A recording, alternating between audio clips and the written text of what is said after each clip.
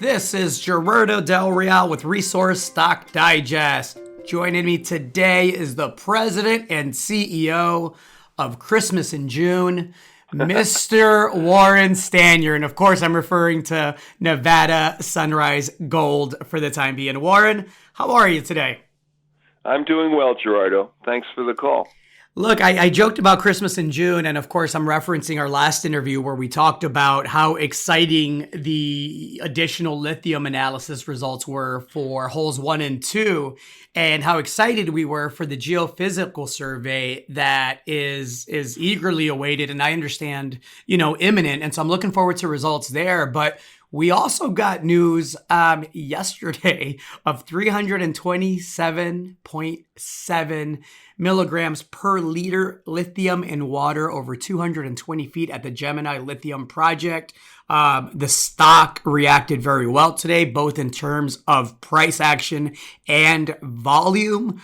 On the news, I, as a biased shareholder who's written many, many checks into Nevada Sunrise Gold, am extremely biased and, of course, rooting for you and the team. But I have to tell you, it does really feel like Christmas in June because everything seems to be lining up. And given where the market cap is, there is a lot of runway if I look at some of your Nevada lithium peers.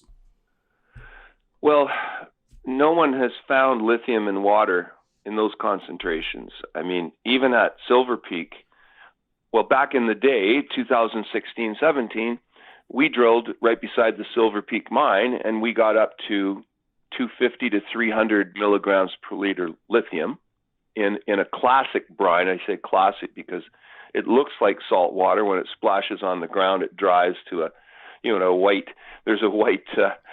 precipitate, shall we call it. But this was different. This is a carbonate style brine. And, just when we realized what was going on and the results were starting to come in from the lab, we started searching for these types of brines. And for example, in Alberta, Canada, the brines that are found in the oil and gas drilling are often very carbonate rich. So there's a different style. They looked different. They didn't look like the salty chlorides type brine, and that's why we were so surprised. But there's no doubt the lithium is there. So the next step is to drill more holes, drill deeper. Where did this carbonate style brine come from? And how deep is it? We think it's below the clay layer, and we stopped in the clay layer because it was very slow drilling, and it was becoming tedious and expensive, and we were rushing samples, and we knew that we had lithium in the clay.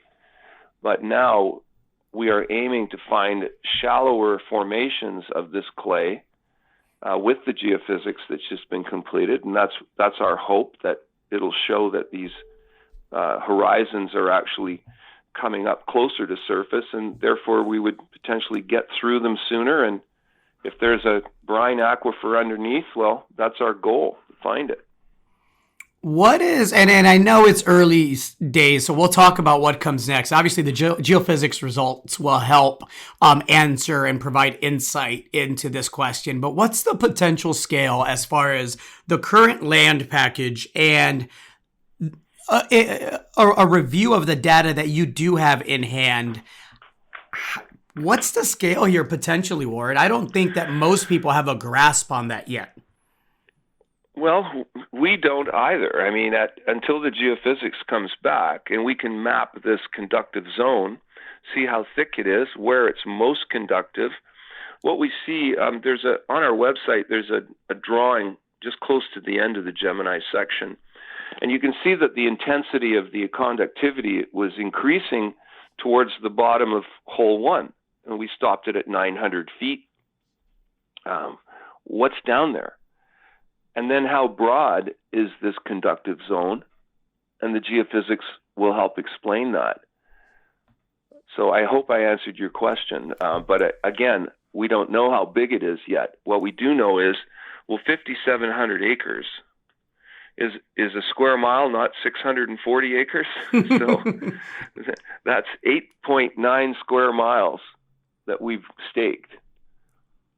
And again, So, just to update the position there, because I think this is an important point before you continue there, Warren, you've done a brilliant job of getting ahead of this and staking. Can you explain how that process has been? well, we became aware that in the Clayton Valley, and there's a number of lawsuits that are going on, according to our Reno lawyer, there are parties that are coming in. Sometimes they're mining companies from other countries. And then, as our lawyer said, they'll hire stakers that don't know what they're doing, and they'll come in and overstake. So we had to be very careful that everything we did was perfect. And we have a great staker out of Reno, and he's very well known for the quality of his work. So when people see his name on the location documents that are on every stake in a little tube, paper rolled up in a plastic tube, they tend to leave it alone. And so by using that particular staker, doing the work very well, and being careful about our announcements, we managed to completely cover that 8.9 square miles with load claims and placer claims. Because if we didn't, then somebody else would probably try and put something on top of what we already had. When do you anticipate being able to share the results from the geophysics? Well, I'm hoping we get it at the end of this week. So today being the 7th, hopefully by next week, because that's going to determine our next drill hole locations. When we filled out our permit application in 2016, we were really and truly just guessing on the information that we had, but you have to put in locations, and that's how they determine what your performance bond, how much you disturb the ground, determines how much you have to put down, say $15,000 up to $20,000 for the permit. So all those locations were speculative, and so we drilled 2 of them here, and now we know the value of what we guessed at, but now we'll have even better information, and now we know what was in hole 1 and 2. So that will help us understand what's coming next. 2 pretty darn good guesses. I can't wait to see what you're able to do with a more informed approach. I am looking forward to having you back when we get the results of the geophysics. And it may not be Christmas in June yet, but it certainly is feeling like it's snowing outside. And so let's see what the geophysics delivers. Warren, thank you so much for your time. Anything to add to that? Just that we're very pleased with how this has gone. And I mean, it was a total pioneering program. Nobody had ever drilled there before. There's gold around our area up in the rocks, but we're down in the flats. Nobody ever drilled there before. So to have all this happen has been pretty exciting and great for the company and for all our shareholders.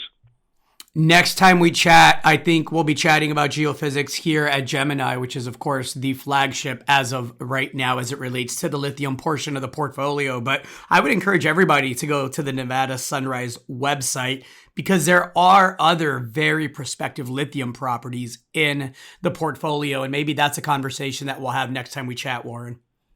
Yeah, we're working on Jackson Wash, and it's a little bit behind Gemini, obviously. It hasn't had as much work, but it did have a hole drilled there in 2017 that found water at great depth. So I think that'll help us in our assessment of how we proceed with our water rights and obtaining more. Warren, thank you for your time. We'll chat soon. Thank you, Gerardo. It was a pleasure. Hey everybody, Gerardo Del Real here. If you're enjoying the content that you just saw, you can let us know in 3 simple steps. Hit the like button, hit the subscribe button, and please share across your network and on social media. Take care, everybody.